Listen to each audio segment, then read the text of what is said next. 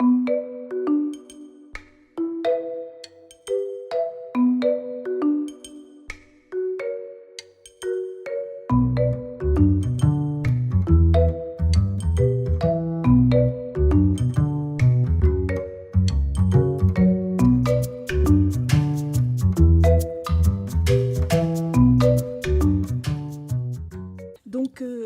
voudrais ici parler d'un travail qui a commencé donc le 1er et le 2 octobre 2012, lorsque nous avions proposé une journée d'études intitulée Clés des songes et sciences des rêves. Et vous voyez que nous avions employé un « et ».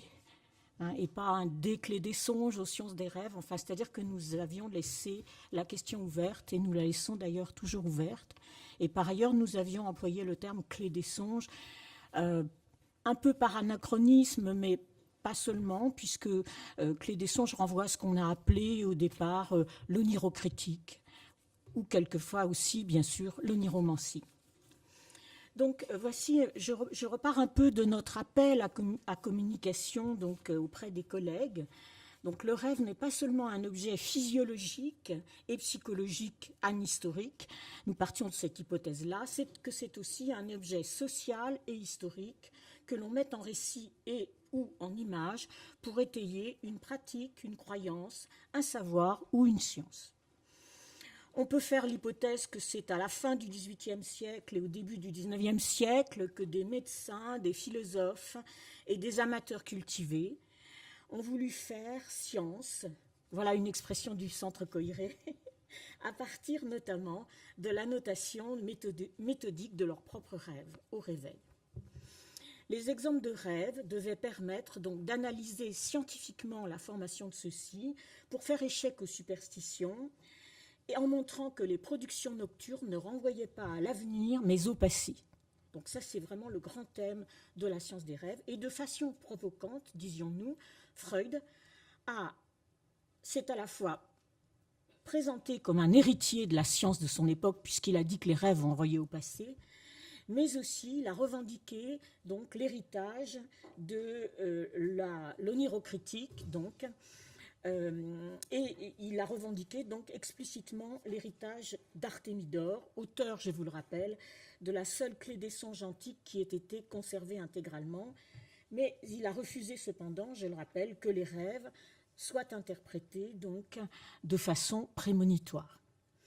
On pourrait ajouter aussi d'ailleurs qu'il s'est intéressé à une tradition médicale de sémiologie des rêves, donc sémiologie qui assignait aux rêves donc un rôle de syndrome ou de prodrome par rapport à une maladie, et donc qui pouvait donner aux rêves donc un aspect thérapeutique, paradoxalement. En réalité, disions-nous, les récits historiques, aussi bien des onirologues du XIXe siècle que de Freud, demandent à être interrogés. La question des relations entre les rêves comme objets savants et les songes comme objets à interpréter demanderait à être précisée et complexifiée. Quoique, je le rappelle, donc au XIXe siècle, c'est le moment où songe et rêve deviennent synonymes en français. Ces journées d'études, donc, disions-nous, pourront servir de base et de tremplin à une recherche de plus grande amplitude sur les clés des songes dans la tradition occidentale, depuis Artémidore jusqu'au XIXe siècle et à nos jours. Et nous y ajoutions aussi, bien entendu, donc le pseudo-galien et Hippocrate, et le galien ou le pseudo-galien. Il nous semblait donc qu'on avait affaire là à un genre d'écrit savant et populaire, les deux termes devant être interrogés, donc, qui reposait sur un corpus empilé, compilé et composite, justifiant donc des analyses au long cours. Il nous semblait que cette analyse d'un corpus n'avait jamais été faite sur une longue durée et que le LABEX permettait justement d'aller de l'Antiquité à Freud. Et ça, on pourrait dire une chose un petit peu analogue de ce qui a été dit ce matin sur l'enfermement. C'est-à-dire que le LABEX permet, justement, parce qu'il y a des synergies de différents chercheurs, donc permet véritablement de faire ce type de choses et d'une façon rigoureuse et pas de faire des sortes de grands historiques des rêves, je dirais, à la hache. Donc voilà, il nous semblait qu'à partir de cette historicisation des clés des songes sur une longue durée, on pourrait établir des synergies entre les spécialistes de différentes périodes et on pourrait comprendre de façon plus et mieux différenciée les pratiques et les positions de croyance qui ont touché et touchent au rêve d'Artémidore, Hippocrate, Galien à Freud, évidemment en passant par le Moyen-Âge, l'époque moderne, le 19e siècle et Freud. Ces journées donc, s'intégraient dans le programme collaboratif numéro 6, Culture de sciences et technologies de savoir, donc, qui était lié au Centre Coiré, qui avait donc soutenu ce colloque avec le HESS. Et en même temps, elle faisait appel à d'autres programmes collaboratifs, puisque les songes et les rêves sont engagés de façon générale de façon générale des savoirs, des techniques et des croyances. Donc, les interventions au colloque, qui avaient eu lieu, je vous le rappelle, donc en octobre 2012, ont été filmées par le HESS et je crois qu'elles sont encore disponibles sur le site de l'EHESS. Et les journées d'études ont été suivies par un très nombreux public et on peut supposer qu'elles ont eu un certain donc, succès. Alors ensuite, donc, nous avons fait tout un travail sur les manuscrits que nous avons reçus. D'abord, ça a pris du temps parce que les collègues ne sont pas pressés, on peut dire comme ça. Et puis ensuite, nous avons essayé de faire en sorte que ces communications se répondent entre elles et qu'elles forment les chapitres d'un livre. C'est notamment, par exemple, nous avons dit à tel auteur, mais là, vous voyez, il nous semble qu'il y a quelque chose qui rappelle telle ou telle communication de telle ou telle, donc est-ce que vous ajouteriez pas une petite note de bas de page ou une petite phrase, etc.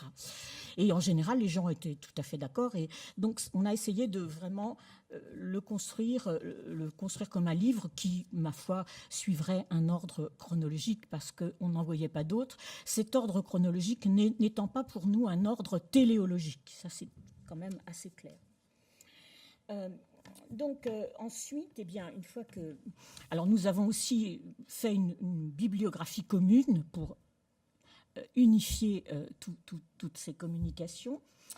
Et puis nous avons tenté d'écrire donc une présentation qui soit à la fois... qui reprenne à la fois chacune des communications et qui en même temps problématise qu'est-ce qu'on peut entendre par...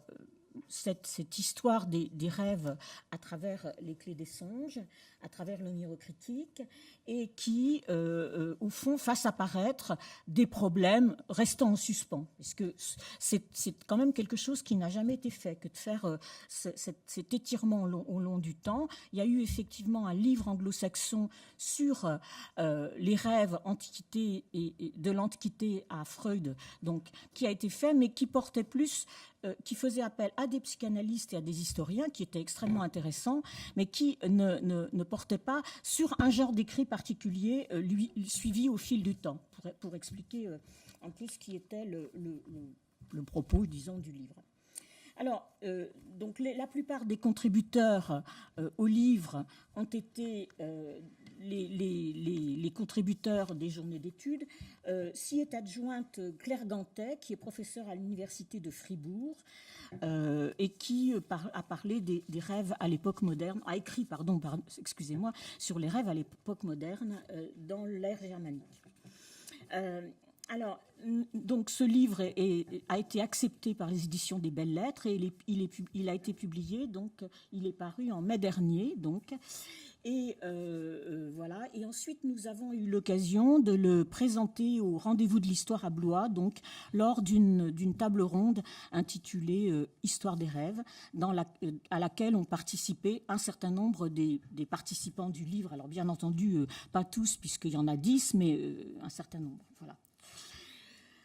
Donc, les journées d'études, faut-il le rajouter aussi, se sont prolongées par un colloque sur les usages des rêves, lieu savoir-fiction, donc qui a eu lieu en septembre-octobre 2015 et que j'ai organisé avec Andreas Mayer, que je dois ici excuser car il n'a pas pu venir pour des raisons très compréhensibles, mais on pourra éventuellement en parler, puisque ça a été une prolongation, disons, de Clé des songes et Sciences des rêves.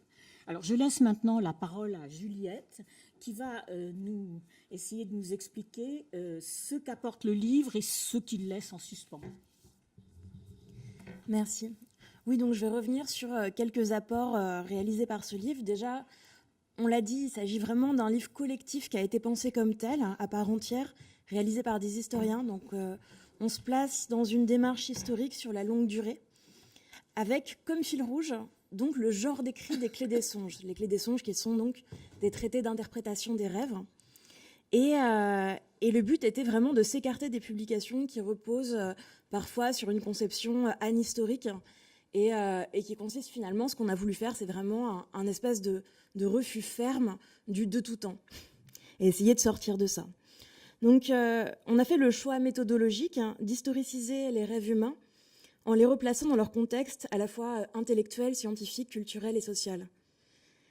À partir de là, on peut se demander quelles sont les lignes de force qui apparaissent. Eh bien, donc d'abord, en premier point, je vais essayer de voir s'il fallait retracer une sorte de grande ligne.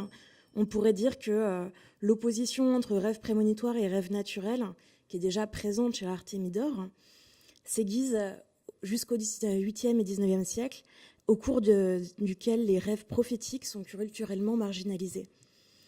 Freud va ensuite réenchanter le rêve en proposant une onirocritique qui est tournée non plus vers l'avenir, mais vers le passé. Donc ça, c'est la base, mais évidemment, c'est une ligne qui est un petit peu naïve, et il faut tenter de se méfier, comme on l'a dit, d'une lecture téléologique. Donc c'est pour ça qu'on va s'attacher tout au cours du livre et des différents chapitres à essayer de montrer les complexités, à montrer les différentes lignes de force et les effets de circulation et de sédimentation. Donc la question de la sédimentation, elle est importante, puisque, comme on l'a dit, il s'agit d'un corpus qui est composite. Il y a beaucoup de références dans les Clés des songes à des figures d'autorité. Il y a beaucoup de plagiat aussi, c'est quelque chose d'extrêmement fréquent. Et différentes adaptations qui vont finalement fluctuer au gré des traductions. Par exemple, Artémidore, qui est traduit du grec vers l'arabe, va être adapté à ce moment-là, et ensuite retraduit vers le français et réadapté à nouveau. On a toutes sortes d'effets comme ça qui vont provoquer des changements, des adaptations et des réemprunts successifs finalement. Et puis il faut aussi rappeler qu'Artémidore est loin d'être le seul auteur antique à être cité dans les Clés des songes. Et comme Jacqueline l'a montré dans son chapitre, de nombreux auteurs sont encore cités au XIXe siècle. Donc c'est pour ça qu'on a choisi d'appeler ça un effet de sédimentation, pour montrer les différentes strates de savoir qui se superposent au fil des siècles, d'où l'intérêt de la longue durée. Un autre élément qui nous semble important, c'est le rapport des rêves au christianisme et le rapport du christianisme au rêve. Puisque Jean-Claude Schmitt, dans l'ouvrage, a rappelé que les rêves pouvaient être considérés comme des phénomènes autobiographiques au Moyen-Âge. C'était une possibilité. Mais néanmoins, le christianisme a souvent pas un très bon... ne voit pas d'un très bon œil les rêves prémonitoires, en tout cas à l'époque moderne. Et par exemple, au XVIIIe siècle, il y a les partisans d'une onirologie à la fois physiologique et psychologique qu'on va retrouver à la fois chez des protestants, comme Formet par exemple, et chez les catholiques, comme l'abbé Richard. Donc finalement, on se retrouve confronté en permanence, quand on étudie la question des rêves, à ce paradoxe qui veut que le christianisme moderne impose à la fois de croire aux songes bibliques, mais va en même temps réprouver l'interprétation des rêves par le tout un chacun.